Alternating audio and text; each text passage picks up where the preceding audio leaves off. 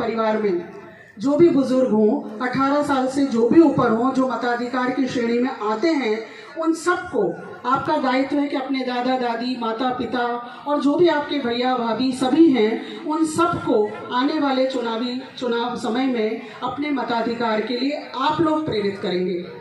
हमारी तरफ से आप मताधिकार को जागरूकता के प्रेरक हो और अपने घरों में सभी जाकर अपने अपने सभी बुजुर्गों को, सभी बड़ों को मताधिकार के लिए प्रेरित करेंगे। नहीं जाते हैं तो आप खुद उनको लेके जाएंगे और उनका वोट डलवाने का प्रयास करेंगे। मैं पुनः पूरी टीम को, पूरे आयोजकों को, सभी पर्यावरण प्रेमियों को और प्यारे बच्चों को बहुत बहुत शुभकामनाएं और बधाई देता हूं। वृक्षारोपण और मताधिकार का प्रयोग, इन दोनों को मर्ज करके कार्यक्रम करने का सोचा गया। और दोनों ही अगर आप सोचें तो एक इस सृष्टि को संजोए रखने के लिए, उसके संरक्षण के लिए आवश्यक है, और दूसरा अपने देश को मजबूत बनाने के लिए, लोकतंत्र को जीवित रखने के लिए आवश्यक है। इन दोनों को मर्ज करते हुए इस कार्यक्रम को किया गया है। और पेड़ों की उपयोगिता के बारे में मैं ज़्यादा नहीं बताऊंगा, क्योंकि डीजे साहब ने, आरओ साहब ने, एसपी साहब ने बहुत विस्तृत रूप से इस पे आपको बताया और आपको पता भी है। और इसका सबसे बड़ा उदाहरण यही है कि आप अभी इस टेंट के नीचे बैठे हैं, और इसके टेंट के नीचे बैठने की वजह यह है कि यहाँ पेड़ नहीं है। और आप अगर अपने जो बैठे हैं वो अपने राइट में देखेंगे, मैं लेफ्ट में देख रहा हूँ, तो जहाँ पेड़ है वहाँ लोग आराम से बैठ पा रहे हैं। तो एक पेड़ आपको कितनी सारी चीज़ें देता है, ये शायद ही और कोई इतना दे सके। आपको छाँव से लेकर फल, सब्जी, दवाइयाँ, आयुर्वेदिक औषधियाँ, सब कुछ पेड़ आपको देता है। आपका जल स्तर बढ़ाता है। तो पेड़ों को लगाने के संबंध में हमेशा हम सबको कोशिश करते रहना चाहिए, और ज़्यादा नहीं तो एटलीस्ट अपने जन्मदिन पे या अपने परिवार के जन्मदिन पे एक पौधा आवश्यक रूप से अपन लगाए।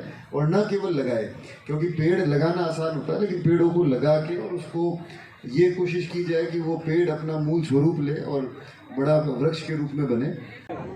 मतदाता जागरूकता अभियान और मारो पाली हरियालो पाली कार्यक्रम के तहत 40,000 पौधे वितरण करने का जो ध्येय रखते हुए इस कार्यक्रम को आयोजित किया जा रहा है, उसके लिए मैं आप सभी आयोजनकर्ताओं को बहुत बहुत धन्यवाद और साधुवाद देता हूं। और आप सभी को ये बताना चाहूँगा कि एक स्कीम वन पर्यावरण विभाग की चलाई जा रही है, ट्रीज आउटसाइड फॉरेस्ट, जिसमें राजस्थान प्रदूषण नियंत्रण मंडल द्वारा अभी तक जिले में लगभग 50,000 पौधे वितरण किए गए हैं।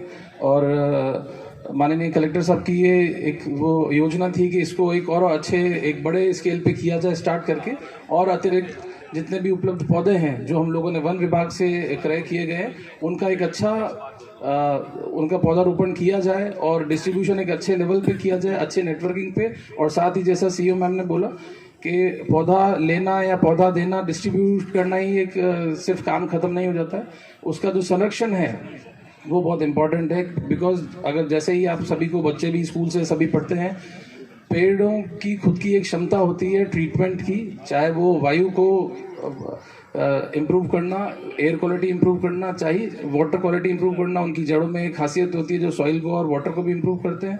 ऐसे ही जो पत्तों की होती है, ऑक्सीजन वगैरह प्राप्त होती है, उससे हम लोग को सांस लेने का भी जितना है कि जितना प्योर एयर मिलेगा उसका भी बहुत अच्छा प्रभाव पड़ेगा। और ये जो स्कीम है, इसके तहत सभी से ये रिक्वेस्ट है कि आपको जो भी पौधे दिए जा रहे हैं उनका संरक्षण करें, अच्छे से देखभाल करें।